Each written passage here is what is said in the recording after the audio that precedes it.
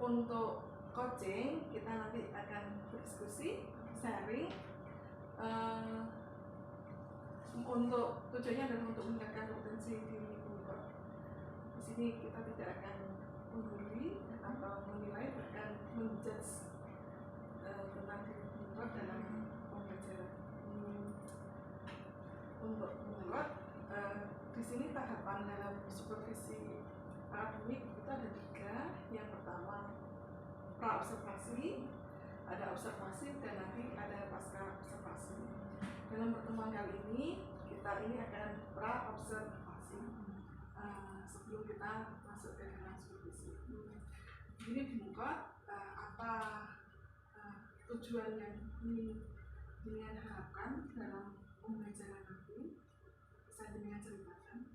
Oh ya, untuk pembelajaran besok itu saya masuk di kelas 10-6, materinya adalah tentang persamaan kuadrat. Nah, untuk pertemuan besok itu tujuan pembelajarannya adalah anak-anak bisa mengaplikasikan materi-materi yang telah disampaikan tentang persamaan kuadrat ke dalam kehidupan sehari-hari. Contohnya ketika kemarin ada kasus-kasus seperti tendangan bola, kita bisa mengukur itu kan membentuk sebuah parabola. Matematika disebut sebagai parabola. Atau dalam dunia TNI ada yang namanya bagaimana meriam itu jatuh ke dalam sasarannya atau tujuannya, seperti itu ya. Oke, berarti tujuan pembelajaran ringan adalah untuk mengaplikasikan ke aplikatif tekstual dalam kehidupan sehari-hari. Iya. Dari tujuan tadi, apa kekuatan yang Anda miliki untuk mencapai tujuan tersebut? Kekuatannya, saya akan melakukan pembelajaran dengan beberapa metode yang akan saya sampaikan. Yang pertama adalah menampilkan video pra dulu, bagaimana anak-anak kita pancing agar tertarik dengan materi persamaan kuadrat. Karena matematika kan ketika kita masuk saja anak-anak sudah matematika pegel gitu, menghitung sudah mikirnya males duluan gitu. Ada tampilan video dulu yang mana nanti disampaikan ternyata persamaan kuadrat itu tidak hanya tentang hitung-hitungan, tapi bisa bermanfaat untuk menghitung laba, pembelian, seperti itu. Tadi Bapak mengatakan bahwa matematika itu dasar anak-anak itu seperti seolah-olah menjadi pantangan atau momok bagi mereka. Ini bisa dengan jelaskan dari kriteria itu, kemudian kok bisa menilai anak-anak itu kok malas atau menjadikan pelajaran matematika itu momok bagi mereka. Bisa dengan jelaskan kriterianya apa?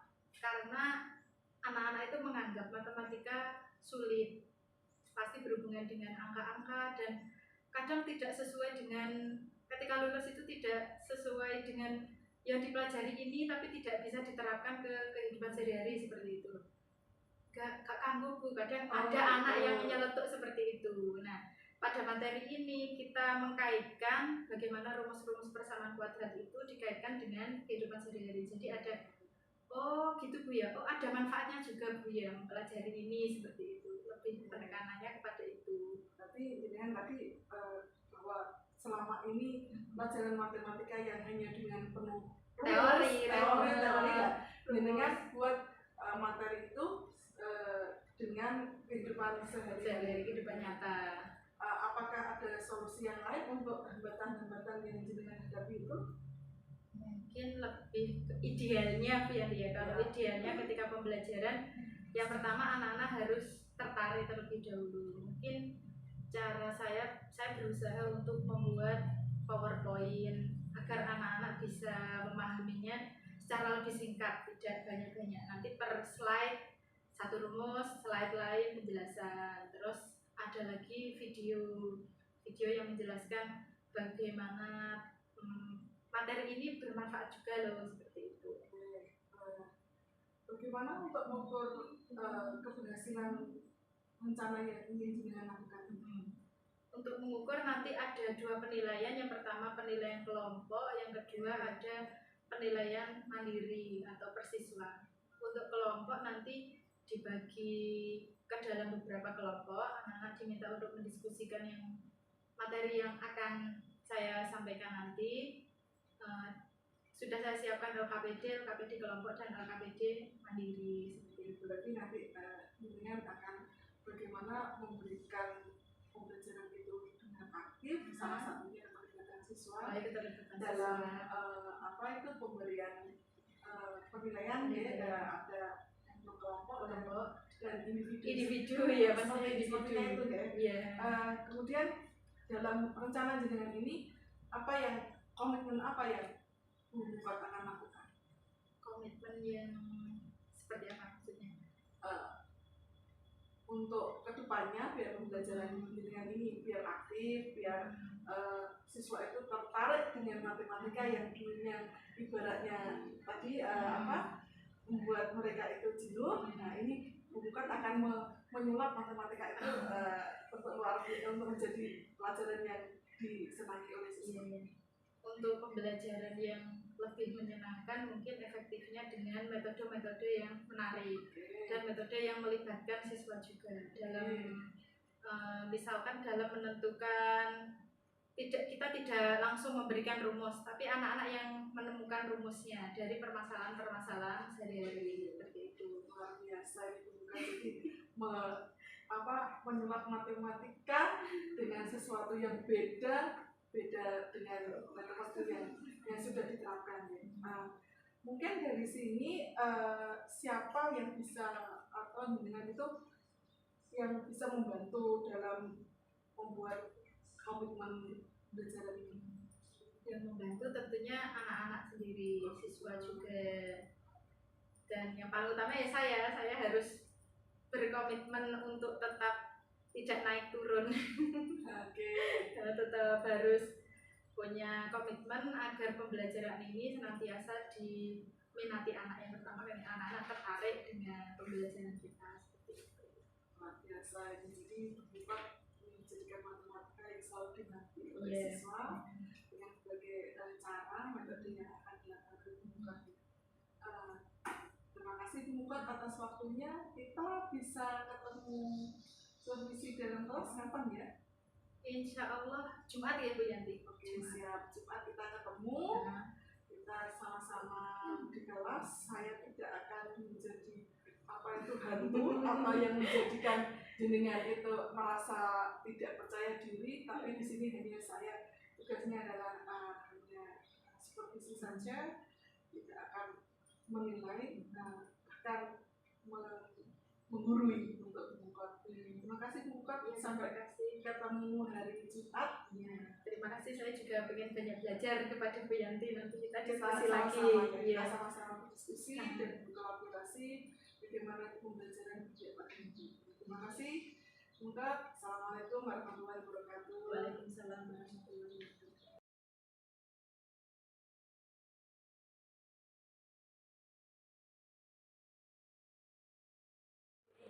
Assalamualaikum warahmatullahi wabarakatuh. Baik anak-anak, sebelum kita mulai pembelajaran, silahkan berdoa terlebih dahulu menurut keyakinan masing-masing. Silahkan yang mau memimpin doa. Bisa gerak mulai.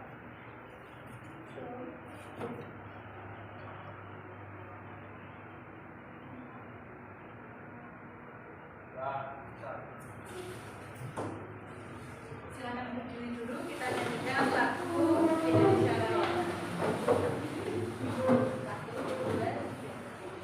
Indonesia.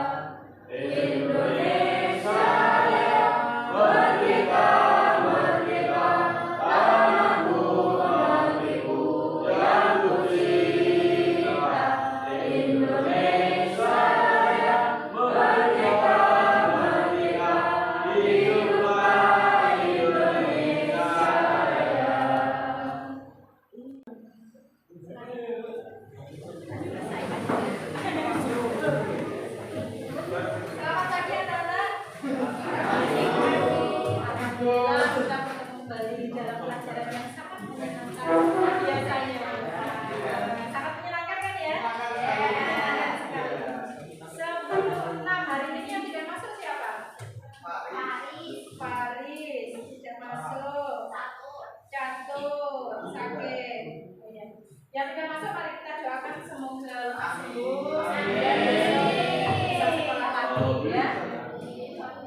Baik anak-anak, tadi malam belajar atau tidak? Belajar. Nah, kemarin yang kita bahas sebelum materi hari ini adalah tentang persamaan kuadrat, yaitu menentukan akar-akar persamaan kuadrat dengan rumus ABC.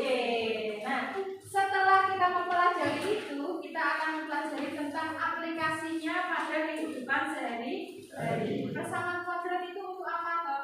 Setelah kita mempelajari bagaimana mencarinya dengan cara satu apa kemarin? Pemfaktoran. Yang kedua, melengkapkan kuadrat sempurna. Yang ketiga terakhir, rumus ABC. Kita akan membahas tentang aplikasi pada kehidupan sehari-hari. Sebelum kita bahas materi itu, mari kita saksikan video ini ya.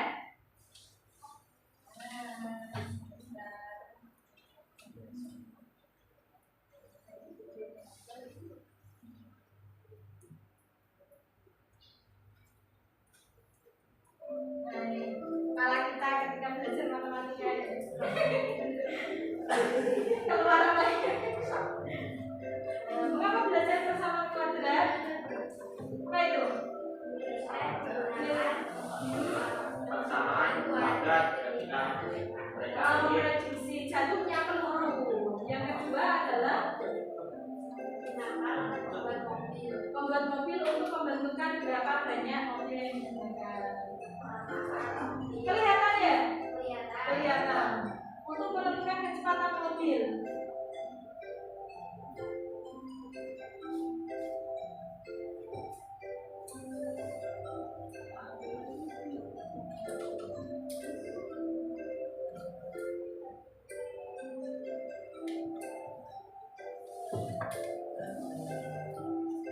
Oke. Kalian kemarin lihat sepak bola kan?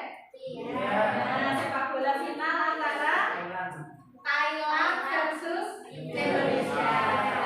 Ternyata tinggi tendangan pemain Indonesia ketika mau memasuki gawang bisa diukur menggunakan persamaan kuadrat. Itu belum. Karena besok kita akan belajar tentang kurvanya, bagaimana lengkungan tendangannya dari bawah ke atas sampai masuk gol itu lah. Salah satu aplikasinya itu. Tadi apa yang pertama? Aplikasi persamaan kuadrat.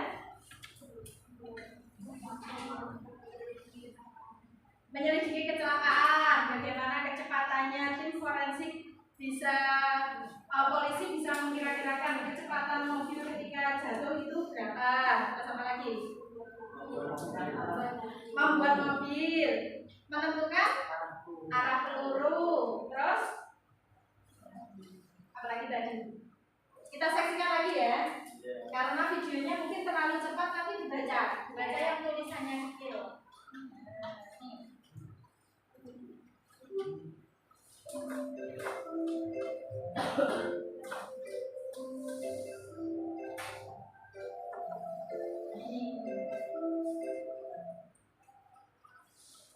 Aplikasi pada kehidupan sehari-hari, persamaan kuadrat digunakan untuk militer. Militer menggunakan persamaan kuadrat ketika mereka ingin memprediksi di mana peluru artileri menghantam bumi atau target ketika ditembakkan dari meriam. Paham ya maksudnya? Ketika ditembakkan terus jatuhnya ke bumi itu bisa dihitung menggunakan persamaan kuadrat. Yang kedua,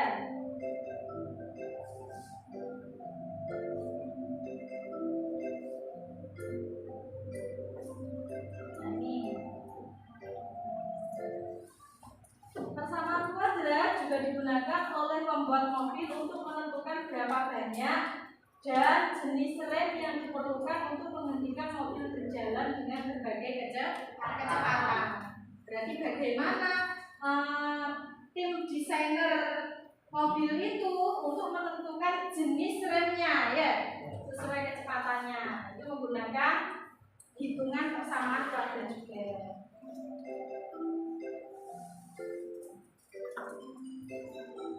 Nah ini yang ketiga.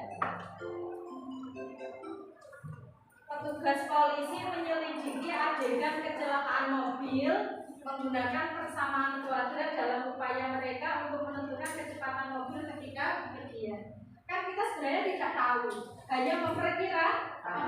Dan memperkirakan itu menggunakan hitungan persamaan kuadrat untuk menentukan kecepatan mobil ketika tabrakan terjadi. Berarti yang punya cita-cita polisi harus paham materi ini loh ya. Tenang. Ada yang bercita-cita jadi polisi? Ada. Oh suar? Enggak. Ada toh.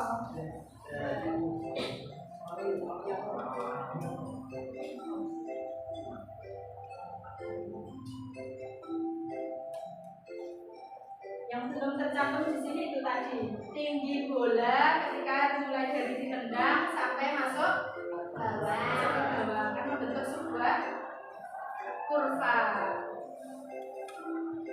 Selamat belajar. Sampai sini ada yang ditanyakan anak-anak? Masih ingat toko kita? Toko 1. Toko 1. Yes. Ingat? Yang kemarin itu loh, ingat? Toko 1. Yes, toko 1. Toko 2. Oh, ingat toko 2. Oke, toko 2. Oke, toko 3. Oh, masih ingat? Semangat. Toko 3. Semangat. Toko 4. Konsentrasi. Toko 4. Konsentrasi. Toko 5. Matematika. Toko 5. Matematika. Ulangi, lemes kabeh. Semangat. Tenang toh, ayo. Toko 1. Toko 1. Toko 2. Toko 2. Toko 3. Toko 3. Toko 4. Konsentrasi. Toko 4. Konsentrasi. Toko 5. Matematika. Semangat konsentrasi belajar matematika. Nah, sebelum kita membentuk kelompok, kita kan nanti akan membentuk kelompok, menyelesaikan sebuah masalah per kelompok. Kita akan mereview dulu. Kemarin itu materi persamaan kuadrat sampai mana dong? Barangkali ada yang lupa. Ini persamaan kuadrat. Ya, kelihatan ya dari belakang ya? Kelihatan. Are you ready? Are you ready? Ini sudah kita bahas kemarin pengertiannya persamaan kuadrat. Ingat kembali ya catatannya. Bentuk umumnya x pangkat 2 ax pangkat 2 ditambah bx ditambah c sama dengan 0. Itu bentuk umumnya. Kemarin catatannya kemarin sebelum rumus ABC. Lanjut, bagaimana menyelesaikan persamaan kuadrat? Ada 3 cara yang tadi sudah kita singgung. Yang pertama adalah pemfaktoran. Kita kemarin menggunakan bahasa pemfaktoran. Yang kedua, meletakkan kuadrat sempurna. Yang ketiga adalah rumus kuadrat atau rumus ABC. Memfaktorkan sudah kita bahas bagaimana persamaan kuadrat itu dibagi menjadi dua apa? Dua kurung kan difaktorkan menjadi 2 kurung. Melengkapkan kuadrat sempurna berarti salah satu akarnya dipindah ke ruas yang lain. Yang ketiga rumus ABC kemarin, rumusnya apa? X1 2 sama dengan min B pangkat 2 min B plus minus akar B pangkat 2 dikurangi pangkat C per 2. Nah, sudah jadi 5 kelompok. Nanti berhitung 1, 2, 3, 4, 5 ya. Setelah angka 5 kembali ke angka 1. Ayo mulai. 1, 2, 3, 4, 3.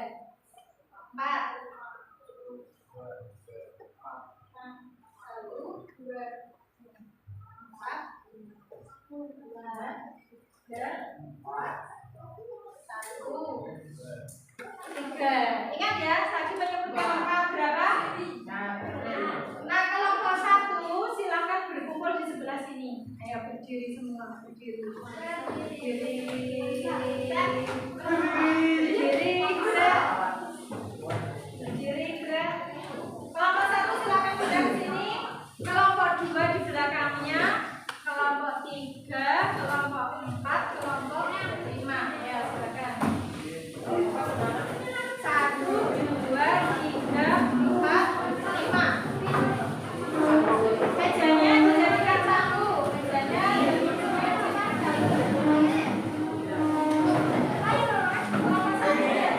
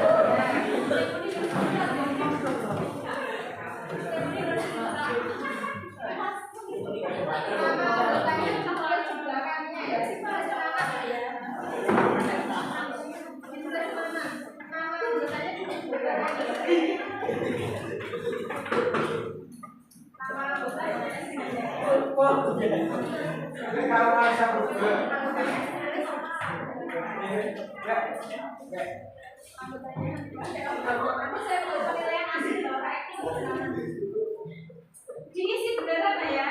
Nah, perhatikan. Perhatikan kalau PPD yang sudah saya berikan. Nanti tugasnya per kelompok ada satu permasalahan tentang persamaan kuadrat. Untuk nama kelompok, karena kolomnya nama terlalu kecil, bisa ditulis di belakangnya ya. Anggotanya siapa saja. Selanjutnya dibaca permasalahan 1, itu sudah ada langkah-langkahnya, tinggal meneruskan. Siap? Berapa menit? 5 menit cukup?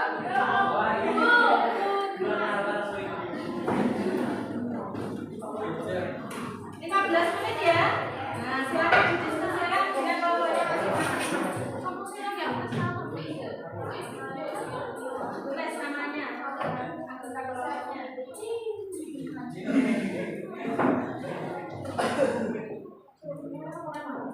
Bawa pensil.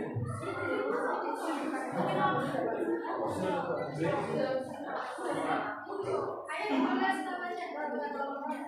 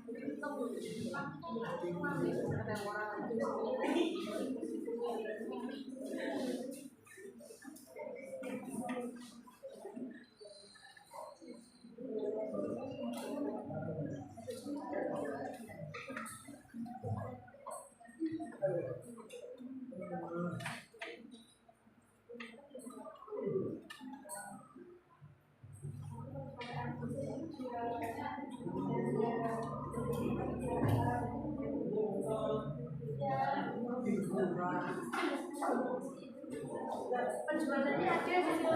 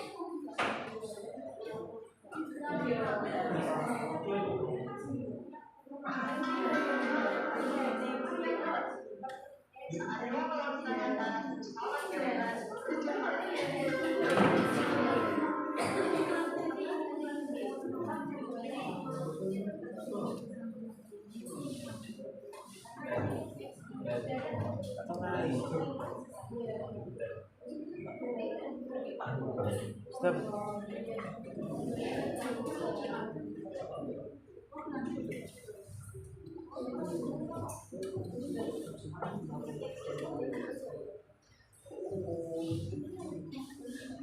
Waktunya sudah habis ya, anak-anak. Sudah 15 menit.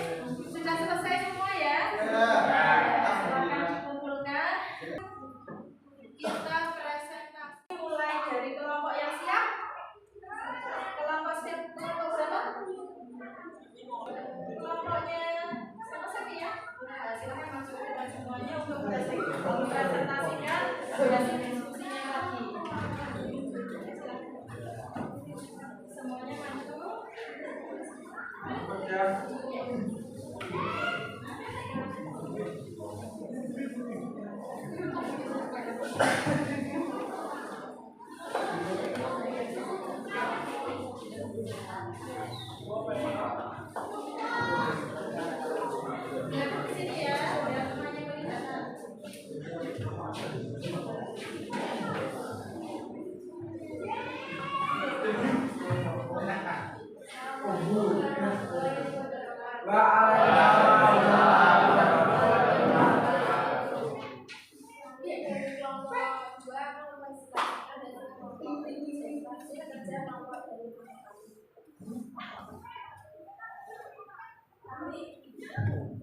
Jadi diskusi ini kita bisa jadi tahu kalau menghitung permasalahan yang berkaitan dengan menghitung keuntungan, kepiting, penjualan kepiting itu bisa dihitung dengan mencari dengan persamaan kuadrat. Jadi bisa tahu hasilnya, kemudian bisa mencari keuntungan, bisa mencari kayaknya jumlah kepiting yang dijual, terus modalnya berapa yang sudah tahu dari persamaan kuadrat. Sudah? Terima kasih dari kelompok 2, luar biasa sekali. Ada yang menanggapi dari kelompok lain? Ada tanggapan? Terima kasih untuk kelompok 2, silakan kembali ke rekannya. Sekian dari kelompok kami. Wassalamualaikum warahmatullahi wabarakatuh.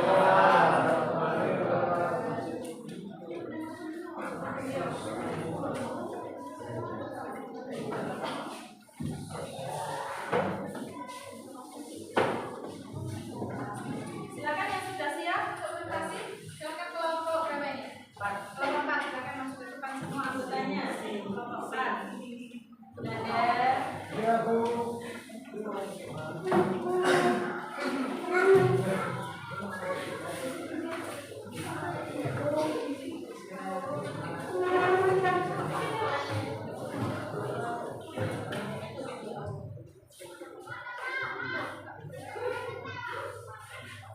Assalamualaikum warahmatullahi wabarakatuh.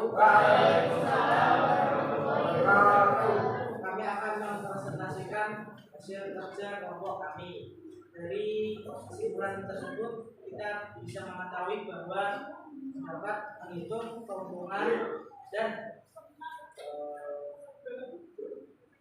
permasalahan dari penjualan kepiting tersebut dengan menggunakan rumus persamaan kuadrat dan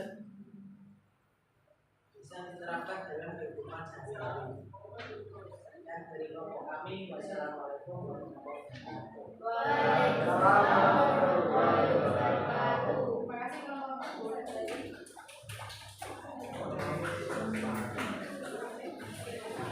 Luar biasa sekali teman-teman kita yang sudah mempresentasikan dari kelompok 2 maupun kelompok 4. Silakan duduk dan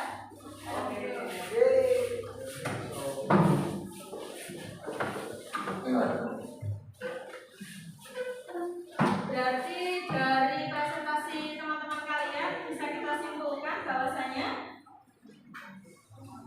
apa? Permasalahan yang sudah dituliskan di LKPD ini bisa diselesaikan dengan persamaan kuadrat. Bisa menggunakan pemfaktoran maupun rumus ABCD. Dengan diketahui X1 dan X2-nya, maka banyaknya kepiting yang ditangkap nelayan selama seminggu bisa diketahui. Nah, untuk hari ini saya rasa cukup. Nanti LKPD-nya dikumpulkan lagi sebagai penilaian kalian, penilaian kelompok.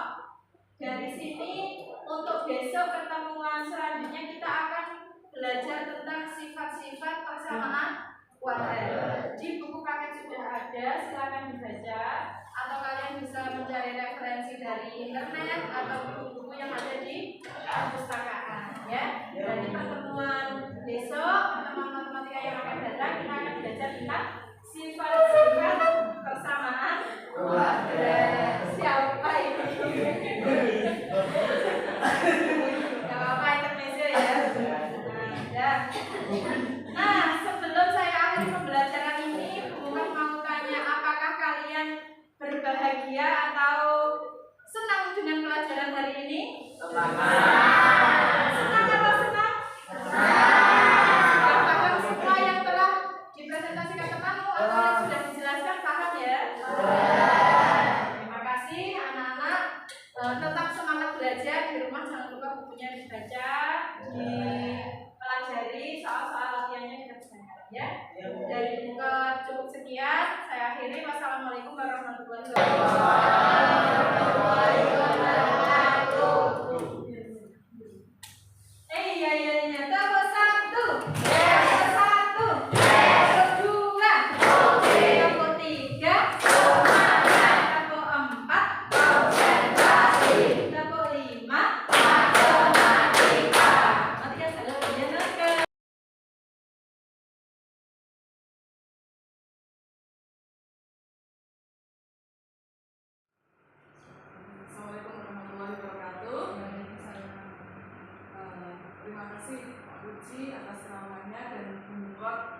sebagai rekan sejawat yang sudah kita kemarin melakukan kegiatan praobservasi dan observasi, dan sekarang kelanjutannya ada Pak Puji sebagai pengajar praktik.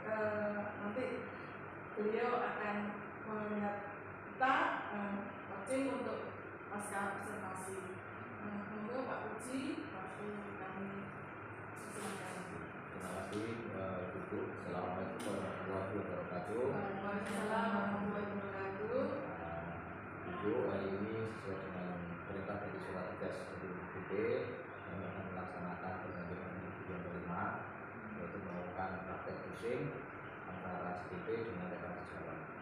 Nanti di praktek pusing ini ada beberapa penilaian kompetensi pusing. Nanti dengan bisa melaksanakan pusing, saya hanya mengamati saja. Jadi untuk jadi nanti secukupnya waktu mulai dari pra, observasi dan pasca observasi. Terima kasih Pak Puji. Berikut langsung melawan ya. Di sini kita tahu bahwa sistem coaching, terus kemarin kita observasi, kita tidak ada namanya menggurui, kita belajar bersama, tidak menilai kekurangan yang membuat, tapi kita sama-sama belajar. Terima kasih dari Bapak di sini. Bagaimana katanya buka? Alhamdulillah sehat ya. Sehat ya. Yang kemarin kita sudah melakukan observasi, sebelumnya kita ada pra-observasi. Kita pra-observasi di hari Senin ya, dan kita observasi di hari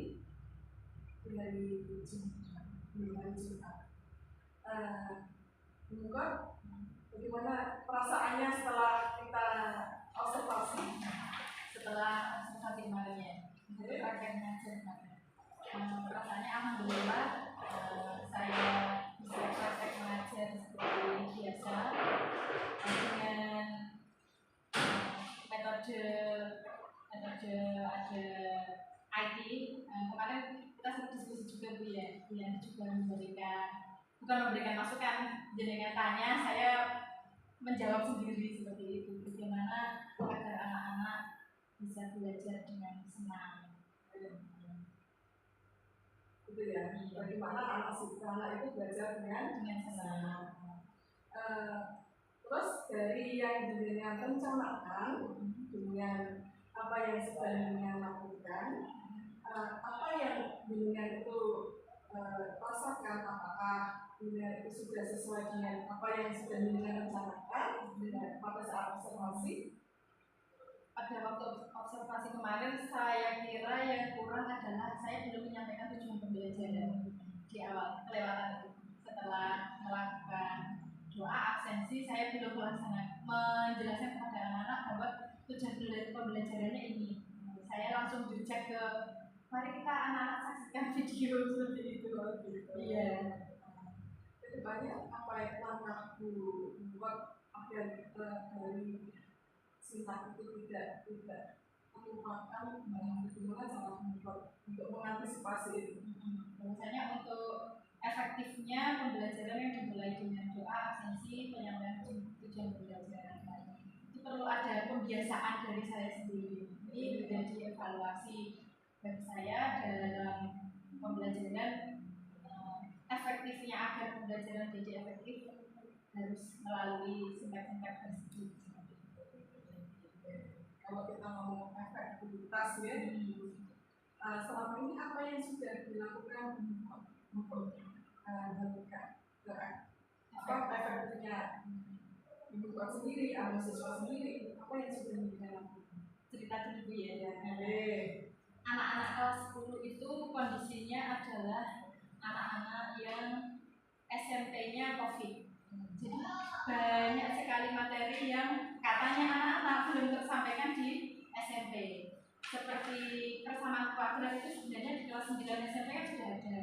Kita lanjut ke fungsi kuadrat. Terus ada lagi SPRDV, sistem persamaan dengan dua variabel, itu sebenarnya di SMP sudah ada. Di di SMA melanjutkan SPLTV 3 variabel. Nah, anak-anak itu dasarnya saja belum mendapatkan, anak-anak yang kelas 10 sekarang itu. Jadi saya itu punya kendala harus mengulang materi SMP itu Bianti. Terus anak-anak terkesan karena dulu pas SMP-nya itu kayak belajarnya online di rumah, dalam tanda kutip males-malesan gitu loh. Pakai HP, dikasih tugas sama guru, kadang dapat jawaban jawab dari temannya terus ditulis ulang lah itu. Jadi materi-materi matematika itu tidak tersampaikan dengan efektif. Jadi saya harus mengulang itu, yang menjadi kendala saya itu masalah waktu. Jadi saya harus mengulang lagi materi SMP, baru melanjutkan materi SMA. Yang kedua adalah minat anak-anak. Minat anak-anak untuk pelajaran matematika itu kadang ya Allah bu, capek bu. Ya Allah sulit bu, belum apa-apa itu sudah sulit bu gitu. Saat ini anak SMA itu ada saja lulusan dari COVID. Iya. Ini kan sebuah hambatan buat pembukaan. Bagaimana cara pembuat untuk bisa mengatasi hambatan ini yang dalam waktu nanti bisa dengan ceritakan lebih jauh bagaimana anak-anak itu bisa mengikuti pembuat dengan tujuan yang ingin dicapai pembuat. Jadi saya membuat ringkasan materi Bu ya. Saya buat ringkasan materi yang materi SMP karena kan sebenarnya kalau disampaikan semuanya kan tidak cukup waktunya. Saya buat ringkasan materi dalam bentuk PDF, saya share ke anak-anak. Ini nanti dipelajari, nanti saya sedikit menyinggung ini langkahnya seperti ini. Baru nanti kalau sudah kira-kira anak-anak sudah mengerti tentang materi dasarnya, baru saya mengarah ke materi yang sesuai kurikulum saat ini kelas 10 gitu. Seperti itu. Salah satu bentuknya membuat ringkasan. Ringkasan materi. Berarti di sini yang dengan apa untuk ringkasan ini apakah juga diterima oleh anak-anak itu bisa mengikuti pembelajaran sendiri? Ada yang bisa menerima, ada yang kurang juga.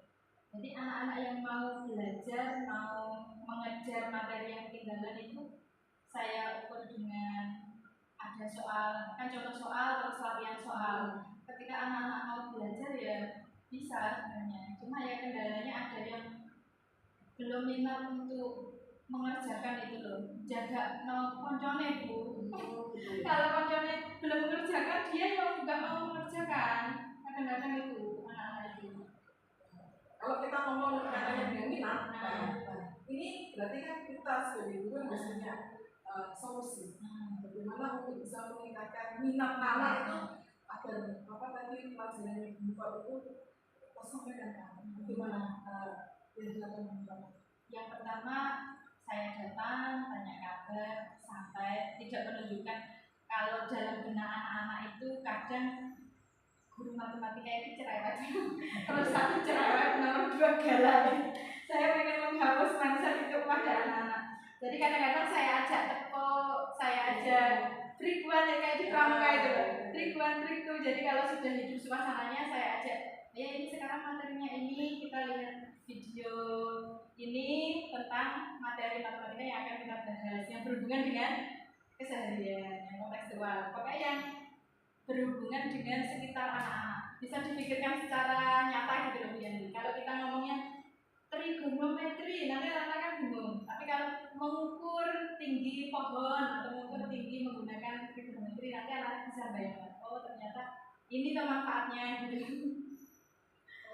Jadi jadinya itu memanfaatkan pelajaran matematika dianalogkan dengan kontekstual.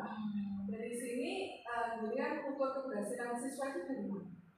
Yang pertama ada tugas individu, yang kedua ada tugas kelompok. Tugas individu biasanya setelah pembelajaran saya berikan latihan soal. Yang kelompok biasanya ketika ada pembelajaran kita berkelompok menyelesaikan sebuah masalah yang dilakukan oleh kelompok. Itu menyenangkan juga. Cuma kalau kita ngomong matematika yang penuh dengan angka, yang letaknya angka 0 sampai 10, ini bagaimana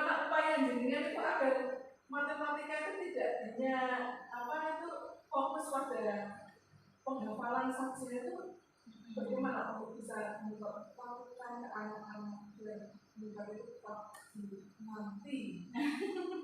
Ya kadang ada buat guyon-guyonan sih, kayak mencari titik puncak kan ada XT itu kan main D per 2A itu kita guyonkan mimin 2A berduaan di mana D diskriminan 4A di perempatan itu ada anak-anak kan terus oh gitu ya kok saya enak mimin berduaan di perempatan terus guyon-guyon nanti harus kita jabarkan rumusnya ini gitu.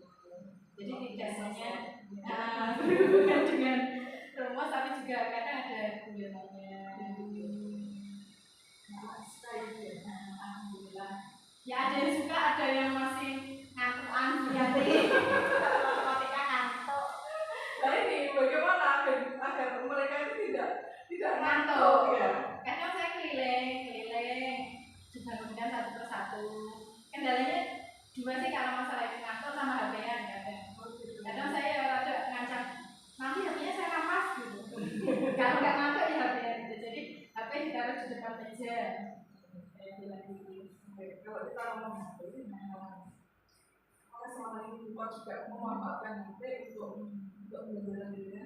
Iya, saya memanfaatkan HP tapi masih cara ngomong kopi ya jadi masih pakai aplikasi WA kadang saya buat ringkasan materinya kan di PDF saya share ke salah satu anak-anak terus nanti saya kirim ke grup kelas jadi anak-anak bukannya lewat grup kelas atau dalam pengumpulan tugas kadang-kadang kirim ke link drive ini gitu baru sekedar itu saya perlu banyak belajar tentang IT ini masih masih lemot jadul masih butuh belajar.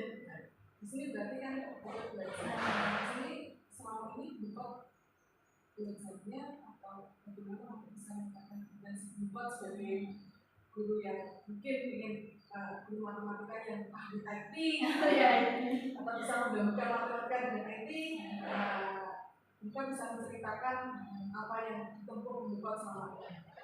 Mungkin yang pertama ya searching di Google, terus YouTube, ikut seminar-seminar online, yang banyak seminar online. Buat apa kemarin itu? Canva, pakai belajar IT terus kan pro itu, belajar IT itu terus ikut FGMP juga FGMP. Yang satu sekolah kan Pak Iksan, Bu Rita, itu kadang kita ngumpul-ngumpul walaupun tidak secara resmi kan. MGMP lokal, MGMP sekolah, MGMP sekolah, MGMP yang sekabupaten yang 1 bulan sekali dari satu. Untuk kontribusinya dari YouTube, dari MGMP tadi banyak ya yang untuk meningkatkan kompetensi import apa yang selama ini import sudah lakukan sudah dikembangkan untuk mengajarkan. Baru sedikit itu kayak tadi buat ringkasan materi saya buat di Canva dengan ada gambar-gambarnya yang menarik, mungkin menarik menurut saya menarik ada warna-warni. Jadi ketika anak buka materi itu tidak hitam putih, ada warna biru, ada gambarnya anak membaca seperti itu.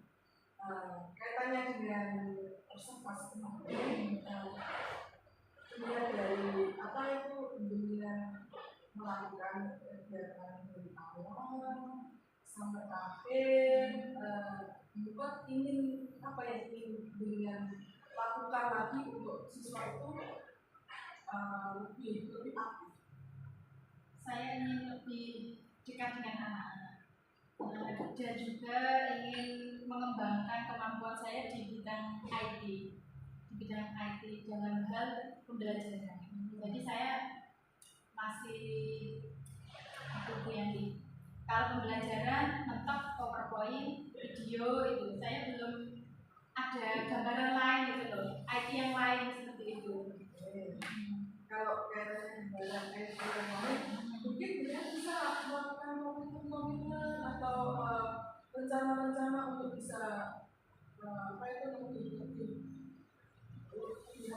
menguasai IT ini. Di situ dengan bisa melakukan rencana-rencana atau strategi bisa dengan kalau dulu sebenarnya sudah pernah di PPG itu banyak sekali. Tapi karena saya orangnya dengan ID itu gimana ya? Ya sudah ada ilmunya, tapi anak-anak ada rencana. Misalnya kayak kuis apa itu ya? Puisi, terus apa lagi ya itu? Kalau matematika kan seru ya di kelas itu. Puisi, terus apa kan jenis itu. Ya insya Allah saya berkomitmen akan meningkatkan mutu pembelajaran. Kalau selama ini kan pembelajaran yang asal, bukan asal ya, insya Allah sesuai dengan SOP-nya, tapi mungkin saja belum sesuai dengan harapan anak. Saya komitmennya ini pembelajaran yang sesuai dengan kebutuhan anak-anak, sesuai dengan keinginan anak-anak. Terus berarti kan dengan tujuan selalu nanti anak-anak. Iya, tepatnya itu yang dilakukan anak-anak. Itu salah satu, tapi jadi kan bilang mau mengembangkan ini melalui ID. Apakah ada yang solusi yang lain? Lebih ke apa ya sih ya? Tadi pendekatan ke anak-anak, lebih ke personal anak-anak. Bagaimana anak-anak yang ngantuan, anak-anak yang main HP di kelas itu lebih berkurang. Paling enggak tidak semuanya langsung mengikuti, tapi paling enggak berkurang lah anak-anak yang seperti itu. Dan bisa ceritakan pengalaman-pengalaman Anda, misalnya ada anak yang ngantuk, muak, kadang belajar di kelas. Bukan apa yang dilakukan? Iya.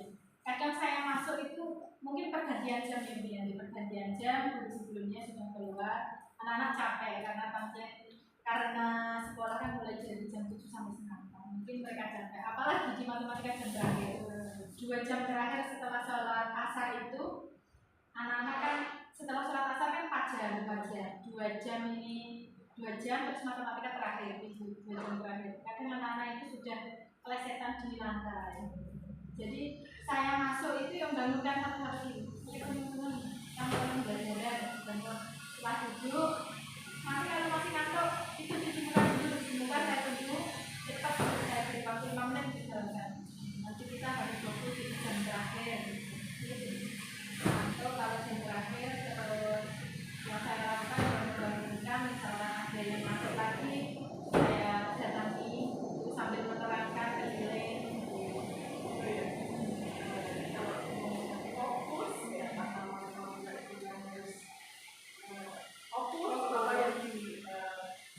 Dilakukan misalnya dijelaskan oleh itu apa yang harus dilakukan dia ini apa yang sudah dilakukan anak-anak itu fokus gitu. Kadang ketika saya sudah menjelaskan selesai, anak-anak saya beri link video, saksikan sendiri ya. Dia akan fokus dengan gadgetnya, linknya itu. Dia akan fokus di situ, saya keliling, ngecek apakah dia benar-benar melihat video yang telah saya beri atau tidak. Kadang kan kalau di TV kadang bisa, kadang enggak ada, kadang kan baik ini nyambung. Kadang saya kirim langsung ke salah satu anak untuk dikirim ke grup gitu lah. Ini link videonya, nanti saya keliling, nyaksikan lah itu fokus. Tapi nggak tahu didengarkan atau enggak ya. Tapi ya tetap dia pasti mantengin HP-nya karena saya kan keliling. Terus di sini bisa untuk pengalaman pembelajaran matematika yang membuat mereka itu senang itu yang gimana? Yang mereka senang seperti yang saya bilang tadi, ketika ada SDG-nya dulu. Ini dijak, ayo bu, break lab mesti gitu tuh. Break lab terus biar semangat bukannya gitu. Break lab terus nepui bangku itu, bro kan kompak dia. Kadang ada tepuk matematika yang seperti pas observasi itu, tepuk 5 matematika ya, kompak semangat seperti itu. Jadi ada, walaupun itu hanya penunjang saja dia, tapi memberikan efek anak-anak bahagia. Dia mendapatkan itu dari itu pas pramuka, itu kalau yang lain ya dari YouTube kan ada dari YouTube, dari Facebook, dengan saya catat tuh yang di kalau ada yang lain saya catat. Buat kita dari sini dari observasi yang kemarin sebenarnya bisa memberikan penilaian apakah supervisi yang jenengan dapatkan dari yang dulu dengan yang sekarang apa yang jenengan rasakan atau apakah ada perbedaan dari supervisi yang dulu yang jenengan anggap dulu dengan sekarang apakah dengan supervisi ya. Kalau pengalaman supervisi saya dulu itu takut tuh yang di pasti nanti di RPP ini diajar RPP-nya apa itu namanya supervisi kelas. Pasti pengawas kan menunggu di belakang ya, mencatat setelah mencatat kan langsung kita supervisi. Tadi ibu tidak melakukan ini, tadi ibu kurang ini, itu tuh yang dua. Kalau sekarang malah saya ditanya sendiri menjawab sendiri, malah pikir saya. gitu ya, tapi dengan menganggap bahwa supervisi ada perbedaan ini yang ada dengan anggap yang dulu yang sekarang lebih nyaman yang mana? lebih nyaman sekarang, tapi saya harus mikir dia karena perubahan kan dari saya sendiri. Sebuah perubahan saya. Kalau dulu kan ditunjukkan diberi masukan, ini bumbunya kurang ini sama Pak Pengawas yang kurang ini. Seharusnya begini Bu, seharusnya gini. Kalau sekarang nggak, saya harus pikir sendiri apa ya tadi kurang ini. Berarti lebih mengarahkan ya? Iya. Tidak lagi menegangkan, Iya. tidak lagi yang membuat orang itu supervisi itu sesuatu yang menakutkan ya. Kalau kita ngomong dari pembelajaran yang kita lakukan, siapa yang berperan dalam peningkatan kompetensi diri? Dari teman-teman ya. Saya itu selalu mengikuti Buneli. Saya sebutkan namanya ya. Boleh. Buneli kan guru sejarah. Saya sering mengikuti ketika beliau memberikan tugas seperti tugas produk. Saya kan kurikulum Merdeka kan juga belum ya. Diskusi sebelumnya kan juga belum. Baru deh, baru tahun ini ya. Buneli itu lebih menguasai ada yang namanya konten, produk, sama proses kalau nggak salah. Saya pernah dijelaskan itu. Jadi Bu, nanti kalau akhir kasih tugas itu produk. Jadi kemarin semester 1 saya kasih itu Bu, tugas produk. Ada yang buat apa itu, yang lewat desain, pokoknya sesuai kemauan anak-anak. Ada yang buat scrapbook, ada yang buat apa, majalah dinding, macam-macam itu tugasnya berupa produk seperti itu.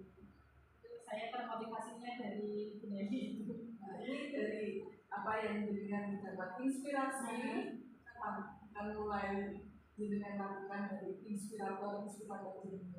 Insya Allah untuk semester 2 ini akan saya lakukan lagi untuk tugas akhirnya berupa produk lagi. Di semester 1 kan kemarin sudah, di semester 2 ini saya akan merencanakan pemberian tugas kepada anak-anak yang menghasilkan sebuah karya. Luar biasa kita bisa melihat dulu dari kita yang sudah kita lakukan observasi, kita bisa lihat video kita kembali, video kita kembali tanpa ada settingan. Nah,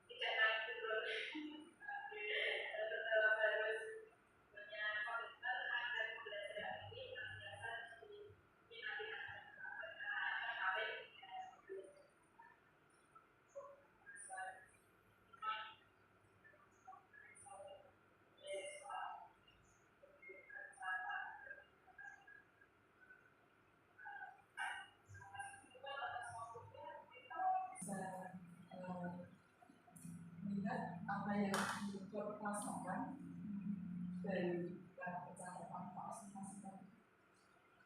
Yang saya rasakan ya senang saya berdiskusi dengan Bu Yanti yang pertama. Yang kedua yang saya rasakan saya juga harus mikir.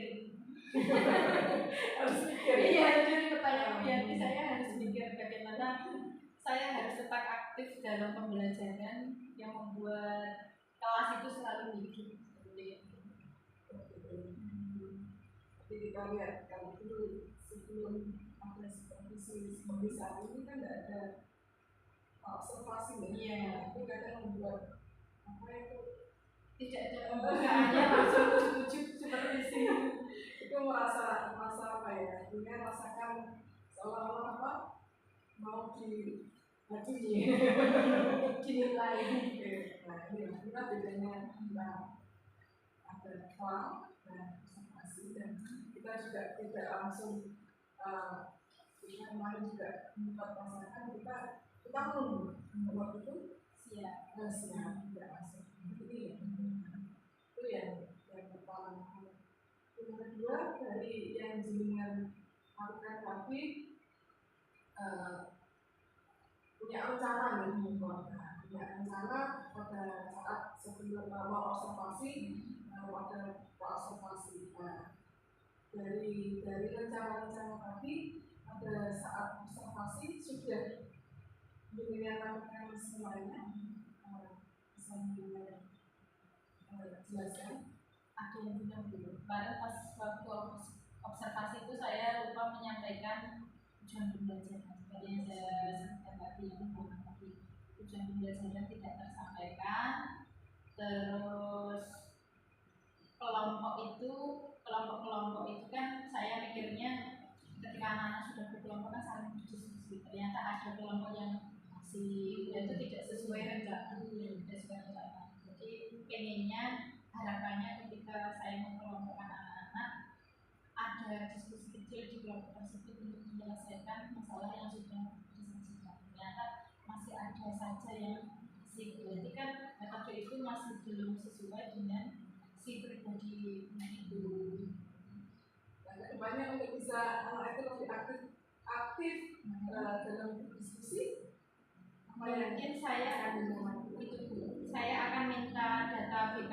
Di BK kan kayaknya ada itu anak-anak yang tipe si pelayan belajar yang sukanya lari-lari dengan kinestetik, yang audio visual itu. Mungkin ketika itu saya pelajari kan mungkin saya bisa menyesuaikan ketika anak ini yang sukanya lari-lari di kelas atau suka bantu temannya itu dia diberi apa ya, di treatment bagaimana gitu loh. Jadi mungkin itu mungkin saya akan kemudian minta datanya pasti ada itu.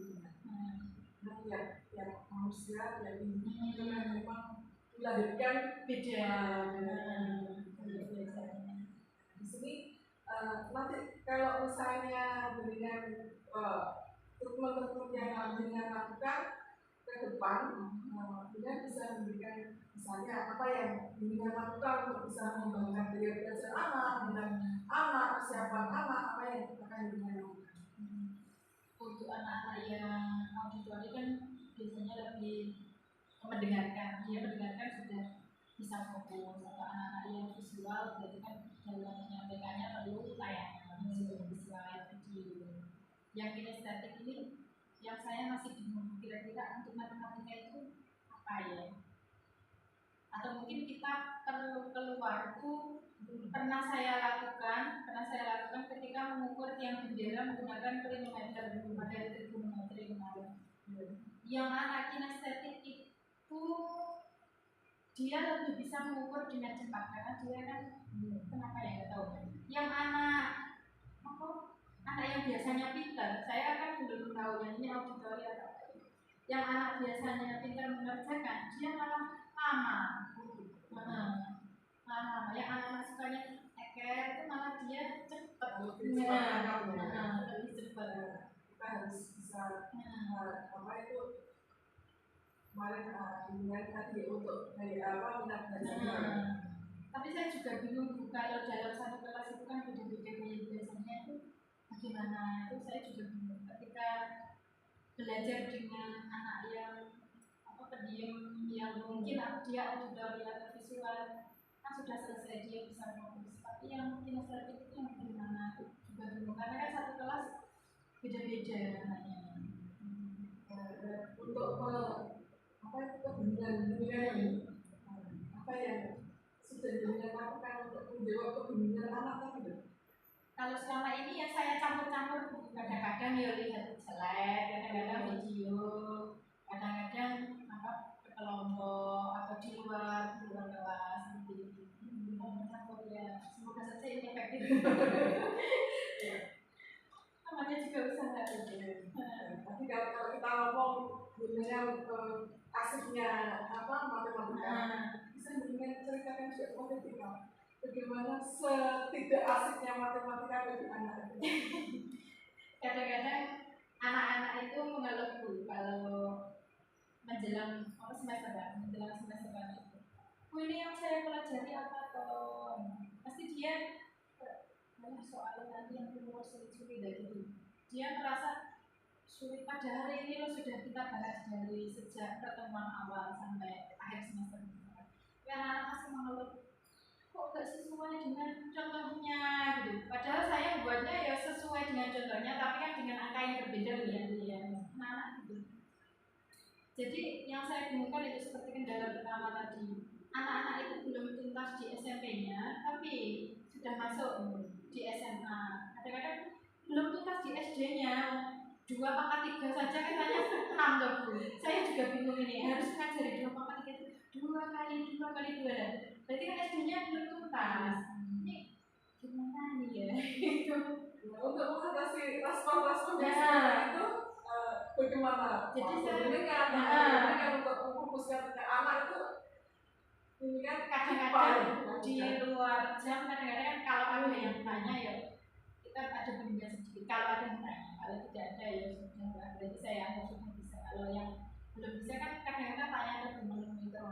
Kadang saya di depan kelas itu ditanyain gimana itu belum sampai belum katanya gitu.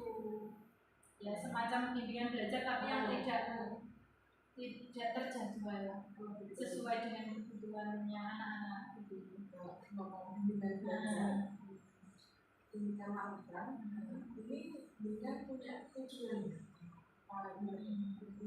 bimbingan sampai dalam bimbingan belajar anak. Tujuannya yang utama yaitu meningkatkan kemampuan akademiknya anak-anak, bagaimana kemampuan numerasinya bisa meningkat. Karena kebanyakan saya lihat karena SD-nya belum tuntas, matematika SD-nya belum tuntas, matematika SMA-nya belum tuntas, ya gimana mau materi SMA gitu loh Bu. Jadi iya, saja masih gitu. Jadi tujuan utama ya meningkatkan kemampuan akademik atau nilai akademiknya itu agar lebih tinggi lagi dari sebelumnya.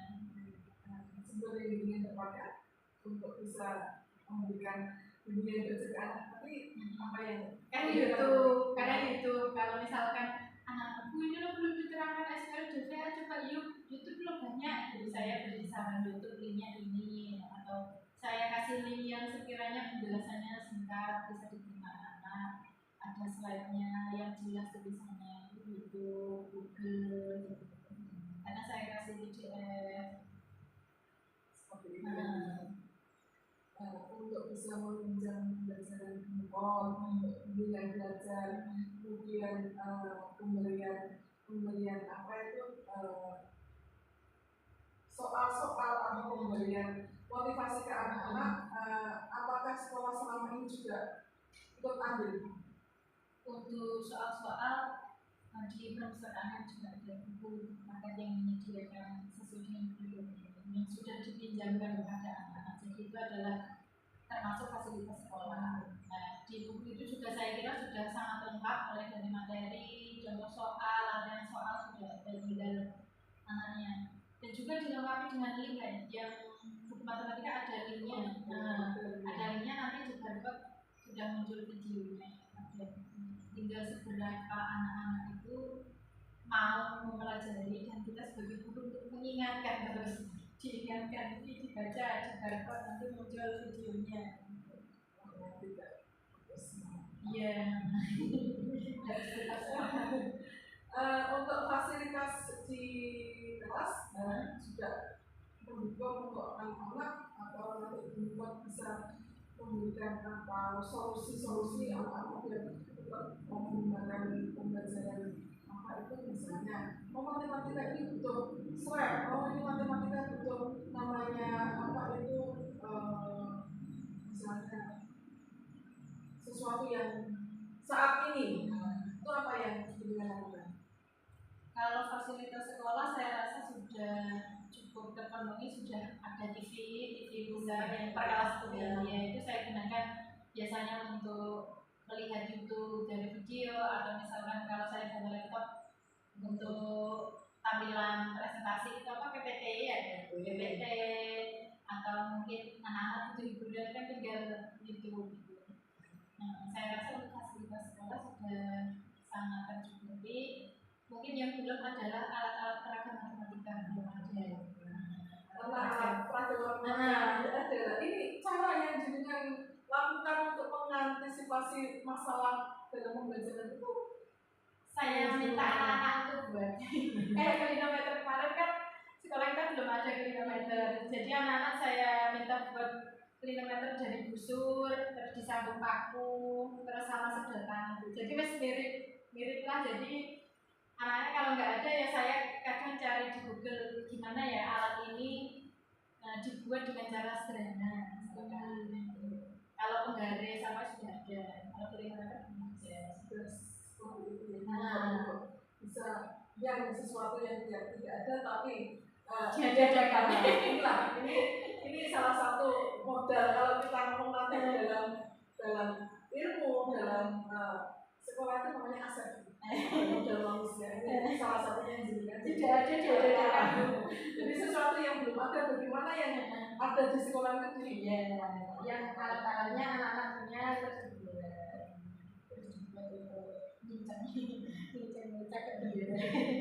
pakai trigonometri sambil itu matematika seperti membuat semuanya pasti anak-anak akan lebih senang, lebih menanti di kelas nanti. Selanjutnya kita bisa lihat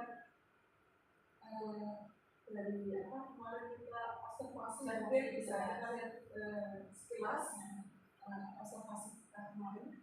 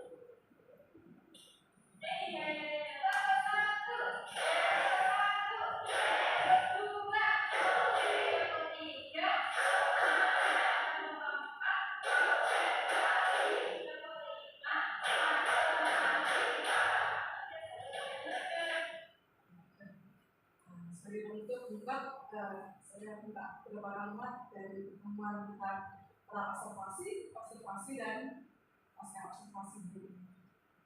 apa yang kata-kata kata-kata. apa ya, mungkin saya harus semangat lagi untuk menghidupkan kelas yang pertama itu adalah anak-anak mau belajar matematika dengan hati yang bahagia dan legowo, tidak senang tapi senang seperti itu. Terima kasih, semoga kita sudah berdiskusi dan bahkan menjadi teman saya untuk saya jadikan tugas bagian dari tugas saya dari observasi dan pasca observasi. Semoga kita menjadi guru yang dinanti siswa dan kita menjadi guru yang selalu belajar sepanjang hayat dan tidak akan berhenti. Terima kasih Bukor, Sama-sama Bu Yanti, saya juga terima kasih banyak sudah belajar banyak dari Bu Yanti. Saya Safiri. Assalamualaikum warahmatullahi wabarakatuh. Waalaikumsalam.